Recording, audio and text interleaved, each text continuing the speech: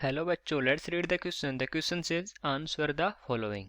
Which solution is used for the removal of ASH3 and PH3 present in very small amount in hydrogen sample? तो जो hydrogen sample में ASH3 होता है और PH3 होता है उसको रिमूव करने के लिए कौन से सॉल्यूशन को यूज किया जाता है, ये हमें इस क्वेश्चन में फाइनली बताना है। ठीक है, तो अगर देखना चाहें तो इस क्वेश्चन का सबसे पहले लिखेंगे की कॉन्सेप्ट। और इस क्वेश्चन का जो की कॉन्सेप्ट है वो क्या हो जाएगा, वो हो जाएगा रिमूवल ऑफ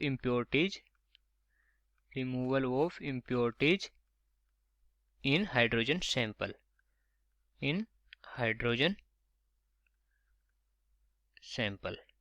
ओके, ये हो जाएगा इस क्वेश्चन के लिए की कॉन्सेप्ट। अब हम देखते हैं कि कौन सा सॉल्यूशन हमें यूज करना चाहिए। इसको ये यूज करते हैं ASH3 और PH3 को रिमूव करने के लिए। तो AgNO3 silver nitrate solution, AgNO3 क्या होता है, सिल्वर नाइट्रेट सॉल्यूशन। ओके, ये क्या होता है, AgNO3, इसका जो फॉर्मूला होता है वो होता है।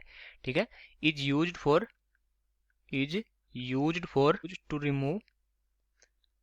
To remove impurities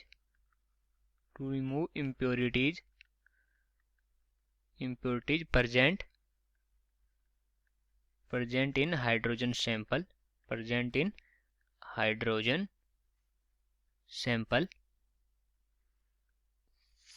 such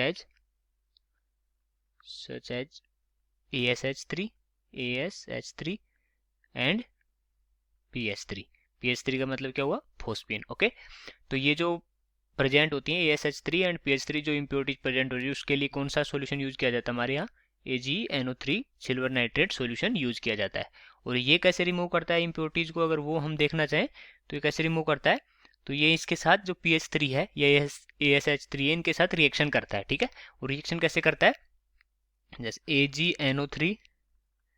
AgNO3 plus PH3 मतलब फोस्फीन। ओके, तो ये इसके साथ रिएक्शन करके क्या बनाएगा, Ag3P, और ये क्या हो जाता है, ये प्रेसिपिटेट हो जाता है। ठीक है, प्लस 3HNO3। ओके, अगर इसको बैलेंस करना चाहें तो यहाँ से आ जाएगा 3AgNO3 और ये आ जाएगा PH3 Ag3P 3HNO3। ठीक है, तो यहाँ क्या है, यह Ag3P है, ये क्या हो रहा है, यहाँ प्रेसिपिटेट हो रहा है। ठीक है, और प्रेसिपिटेट होने के बाद इसको रिमूव कर लिया जाता है और फिर ये जो हमारी, और यहाँ से हमारी जो मेटल है Ag, इसको भी वापस रिकवर कर लिया जाता है। तो इस तरह से ये रिएक्शन होती है और इसलिए इसको AgNO3 को यूज करते हैं हम। ओके, तो आंसर क्या हुआ हमारा, AgNO3। So I hope you understood it well. Best of luck.